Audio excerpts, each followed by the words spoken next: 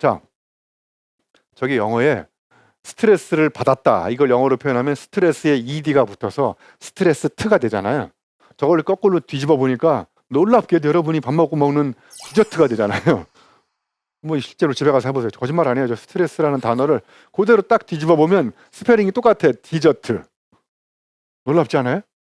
네. 그래서 우리가 살아가면서 적당히 스트레스를 받으면서 살아가야 그 스트레스가 나한테 다 소중한 깨달음이 된다는 거예요. 스트레스가 하나도 없이 정말 재수없게 엄마 잘 만나고 아빠 잘 만나가지고 고생 하나도 안 하면 살아가는 사람들, 그건 스트레스 없잖아요.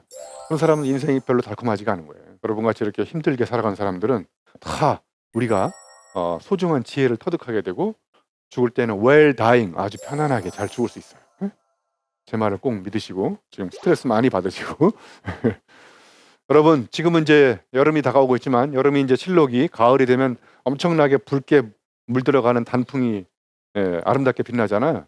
제가 이렇게 관찰을 해보니까 정말 아름다운 단풍일수록요, 걔가 온도, 그 다음에 계절, 환경, 조건, 이런 악조건 속에서 걔가 버티면서 살아가다가 더 아름다운 단풍이 된다는 걸 알게 됐어요. 그래서 아름다운 단풍일수록 더 혹독한 조건에서, 추위에서, 또는 뭐 뜨거운 그런 엄청나게 견딜 수 없는 그런 햇볕을 견뎌내면 정말 사람들한테 가을에 굉장히 아름다운 단풍이 된다는 거예요. 그래서 약간의 언어 이유 같긴 하지만 여러분이 아름다운 이유는 알흠다움이야. 인간이 앓고 나서 아프다 있잖아요. 아프다를 알타라고 그러죠. 알타를 쓰면 아에다가 니을 히읗 받침이 돼요. 알타. 거기에 음이 붙으면 알흠. 알흠. 이게 아름다움으로 바뀐 거예요. 그러니까 다 아프고 시련을 견뎌내고 그런 사람들이 보여주는 인간다운 면모, 사람다움이 아름다움인 거예요. 그래서 제가 아름다운 사람들은 다 아픔을 견뎌내고 정말 그런 시련과 역경을 경험한 다음에 우뚝 서서 보여주는 그 아우라, 카리스마, 이런 게 그 사람의 인간적인 면모인 것 같아요. 저는 고등학교 다닐 때 2학년 때 무기정학을 당했어요. 제가 간부 생활을 하면서 후배들을 이렇게 구타해가지고 제 기록에 없어졌어요. 그건 이제 우리 담임 선생님이 지워줬어요. 아무튼 무기정학도 맞고, 그래서 솔직히 고백하면 저는 고등학교 2학년 때부터 술을 마시기 시작해가지고 안타깝게 지금은 소주를 못 마셔요. 너무 그때 많이 마셔가지고. 물론 이제 소맥 이런 거는 잘 마셔요. 융합주 이런 거는. 아무튼 저는 어렸을 때 그렇게 하다가 이제 평택 화력발전소에 가서 2년간 근무하다가 우연히 제가 제 인생을 첫 번째 바꿨던 책이 저의 책이에요.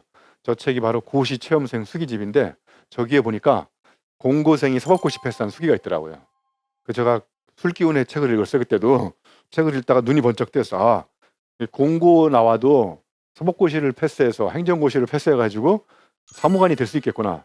제가 그걸 알게 됐어요. 그래서 제가 그 길로 눈이 번쩍 띄어가지고 1년 동안 딱 술을 끊었어요. 지금 다시 마시고 있지만 그 당시에 1년 동안 딱 술을 끊고 오로지 제가 대학에 가서 고시 공부하려고. 그런데 공부를 시작하니까 제가 고등학교 다닐 동안 배운 게 없어요. 용접하느냐고. 영어 수학 실력은 중3 실력밖에 안 되고. 그래서 제가 수학의 정석이나 뭐 성문 종합령 영어책 들고 다니면서 폼 잡고 계속 공부를 해도 잘 안 돼요. 워낙 머리에 들은 게 없어서. 그래서 제가 방송통신고등학교에 그 대학 입학하는 데 필요한 방송을 들으면서 독학으로 이제 저 책을 읽고 대학에 가서 고시 공부하려고 불운한 꿈을 품은 거죠. 인생을 한 방에 역전시키는 방법은 고시를 패스하는 것이다. 이따 또 말씀드리겠지만 이런 불운한 꿈을 품고 공부하는 게 잘못된 길로 가는 방법이라는 거를 제가 나중에 깨달아서 또 방향 전환이 됐지만, 아무튼 저 책이 저한테 엄청나게 제 인생의 방향 전환을 시켜준 첫 번째 책이에요. 여러분도 인생을 살면서 만나는 책이 있을 거예요. 그죠? 그리고 만났던 사람. 그래서 저는 일본 사람이 만든 그 카피 중에 우연히 어떤 사람을 만나거나 우연히 책을 만난 그런 어떤 만남이 있잖아요. 책과의 만남이든 사람과의 만남이든 그게 한 사람의 운명을 바꾼다는 거예요.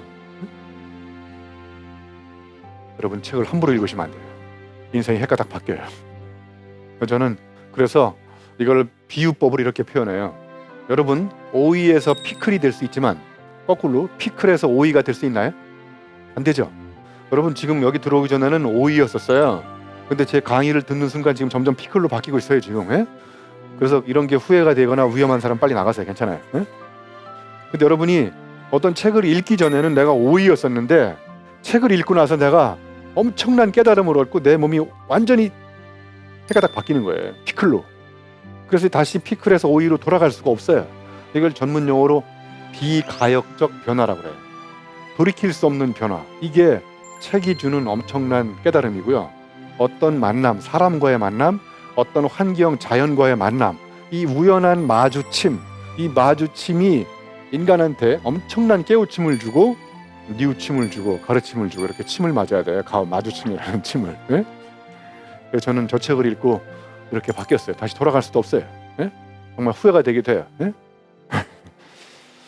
자, 그리고 이제 제가 우여곡절 끝에 한양대학교에 입학을 했어요. 고시 공부하려고. 그런데 곧 법학과 갈 점수가 안 나와가지고 우연히 제가 지금 한양대학교 교육공학과에 교수로 있는데 교육 분야 행정고시 보려고 한양대 교육공학과를 가게 됐어요. 그래서 이제 결론적으로 얘기하면 제가 군대 갔다 와서 고시 공부하던 책을 다 불살라 버렸어요.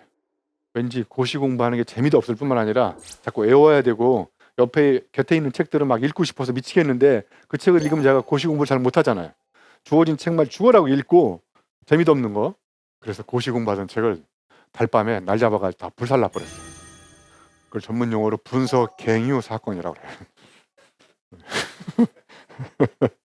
물론 이제 분서갱유, 그 분서갱유와 제가 하는 분서갱유는 다를 수 있지만 아무튼 고시 공부하려고 대학에 왔다가 꿈을 품고 있다가 또 그 꿈을 포기하는 결정적인 사건이 저한테 인생에서 두 번째 역경이에요. 그러니까 이런 역경을 뒤집어서 생각해 보니까, 돌이켜 보니까 여러분 그렇지 않습니까? 지금은 곤경이고 힘들은, 그런데 지나고 나서 생각해 보니까 여러분이 했던 곤경이 아름다운 풍경으로 바뀌는 거예요. 네? 멀리서 보면, 가까이서 보면 힘드는 곤경이지만 멀리 지나고 나서 이렇게 생각해 보니까 그게 다 한때의 아름다운 추억이었었고 아름다운 풍경이었던 거예요. 네? 그래서 저는 돌이켜 생각해 보니까 저 고시공부하던 책을 만약에 불사르지 않고 그걸 끝까지 계속했다, 그러면 제 인생이 별로 행복할 것 같지 않고 여러분도 만나볼 수 없었을 것 같아요. 제가 고시공부하던 책을 다 불살라 버리고 한양대학교 가서 열심히 공부해가지고 또 우여곡절 끝에 한양대학교 교수가 돼서 또 이렇게 화통 프로그램에 와가지고 여러분을 앞에서 이렇게 강연하게 된 것도 저 분서갱유 사건 덕분에 그렇게 되지 않았나, 이런 생각을 해봅니다. 자, 그리고 제가 만든 10년 법칙이 있는데요. 영어로 제가 5 to 9 for 10이라고. 그러니까 앞에 있는 5시는 뭐냐면요, 제가 취침을 하는 시간이에요. 잠을 자는 시간이 아침 5시에 자요.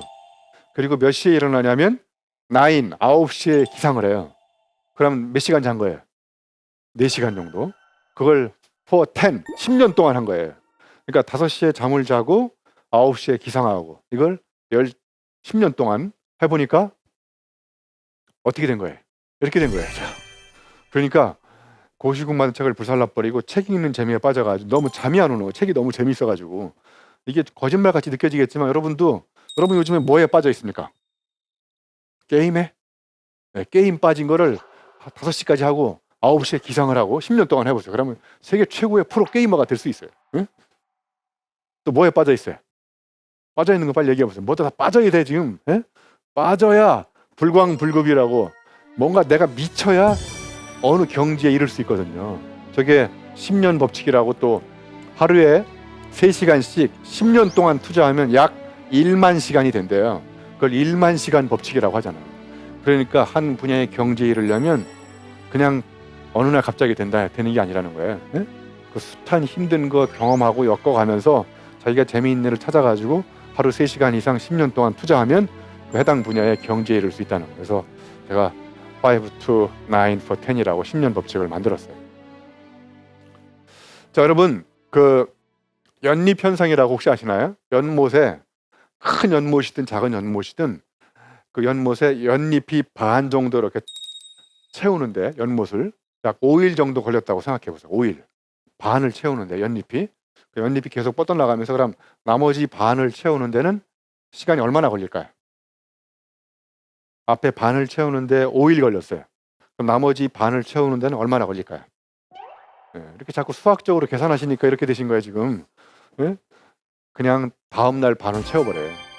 이게 뭐냐면 이게 연립현상 또는 전문 용어로 양자도약 현상이라고 하는데, 어떤 힘이 이렇게 계속 축적되다가 어느 일정 순간을 넘어서면 폭발적으로 팍 상승한다는 거예요. 그러니까 여러분, 물이 물이 몇 도에 끓습니까? 100도에 끓죠. 그러면 99도까지는 거의 변화가 없다가 99도부터 막 물이 조짐이 이상하죠. 이제 막 물에. 그러다가 갑자기 1도 차이로 폭발적으로 쫙 끓는 거하고 똑같은 거예요. 그러니까 여러분이 지금 어떤 노력을 하는데 별로 변화가 없어요. 그럼 그 집어치우시면 안 되고 조금 더 노력해 보세요. 그러면 그 임계점을 지나면 그 시점부터 갑자기 몰라보게 놀라운 변화들이 일어나기 시작하는 거예요. 그걸 전문 용어로 연립현상이라고 하는 거예요.